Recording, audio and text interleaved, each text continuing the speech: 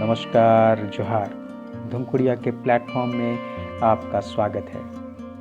धुमकुड़िया झारखंड आंदोलन एक श्रृंखला शुरू करने जा रही है। वस्तुतः इस श्रृंखला में झारखंड आंदोलन से जुड़े व्यक्तित्व, संस्थाएं और कुछ महत्वपूर्ण घटनाओं को आपके सामने प्रस्तुत करेंगे। तो आइए देर न करते हुए शुरू करते हैं कहानी झारखंड आंदोलन के पहले भाग की।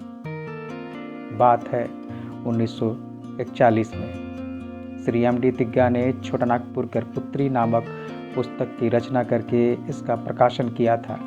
इसे गोस्नर इवेंजिकल लूथरन प्रेस रांची में छापा गया था।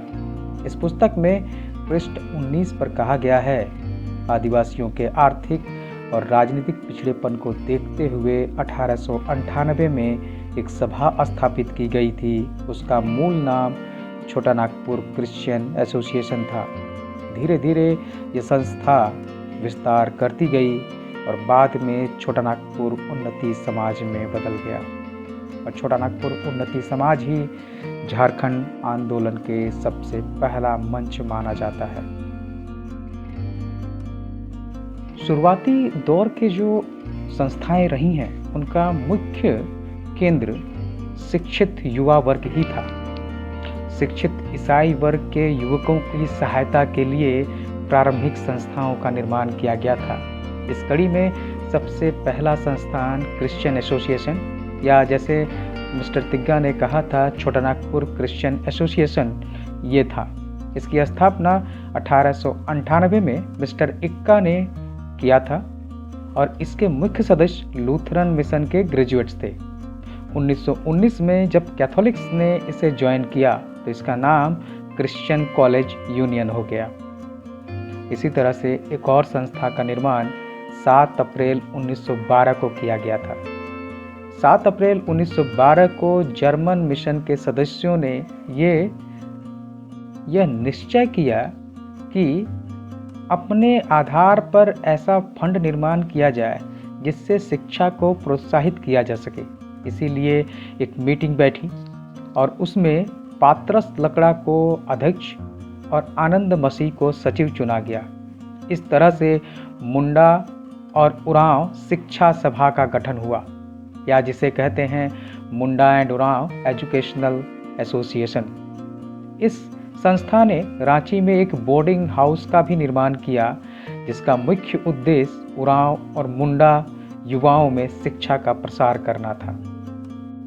इस शुरुआती दौर में एक और संस्था काफ़ी महत्वपूर्ण है, छोटा नागपुर चैरिटेबल एसोसिएशन। दरअसल घर बंधु में सभी नागपुरिया को एक साथ, जिसमें बिहारी, बंगाली और हिंदुस्तानी थे, उनको एक साथ लाने का एक सुझाव दिया गया था। इसी के संदर्भ में 7 अप्रैल 1912 को सैमुअल पूर्ति, जो सब रजिस्ट्रार थे खूंटी के, उनकी अध्यक्षता में छोटा नागपुर चैरिटेबल एसोसिएशन का स्थापना किया गया। छोटा नागपुर चैरिटेबल एसोसिएशन में आदिवासी, क्रिश्चियन और नॉन क्रिश्चियन सभी इसके सदस्य थे। छोटा नागपुर के आदिवासियों की यह संस्था बनी। इसने कोष जमा करके रांची में एक क्लब हाउस की भी स्थापना की। यह युवाओं को स्कॉलरशिप भी प्रदान करने लगा और इसका स्लोगन था, ऑल ट्राइबल्स आर वन।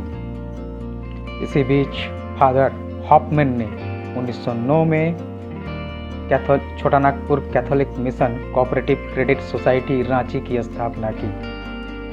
इसने एक बुकलेट भी जारी किया था जिसका नाम था सोशल वर्क्स इन छोटा नागपुर। इसको फादर हॉपमैन ने अपने आसपास के लोगों और रांची में काफ़ी प्रसारित किया था।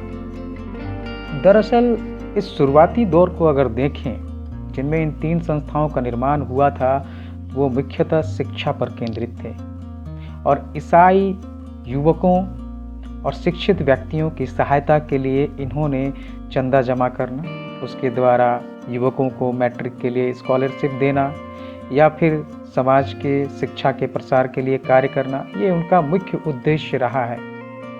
आगे हम लोग फिर अगली कड़ी में झारखंड आंदोलन के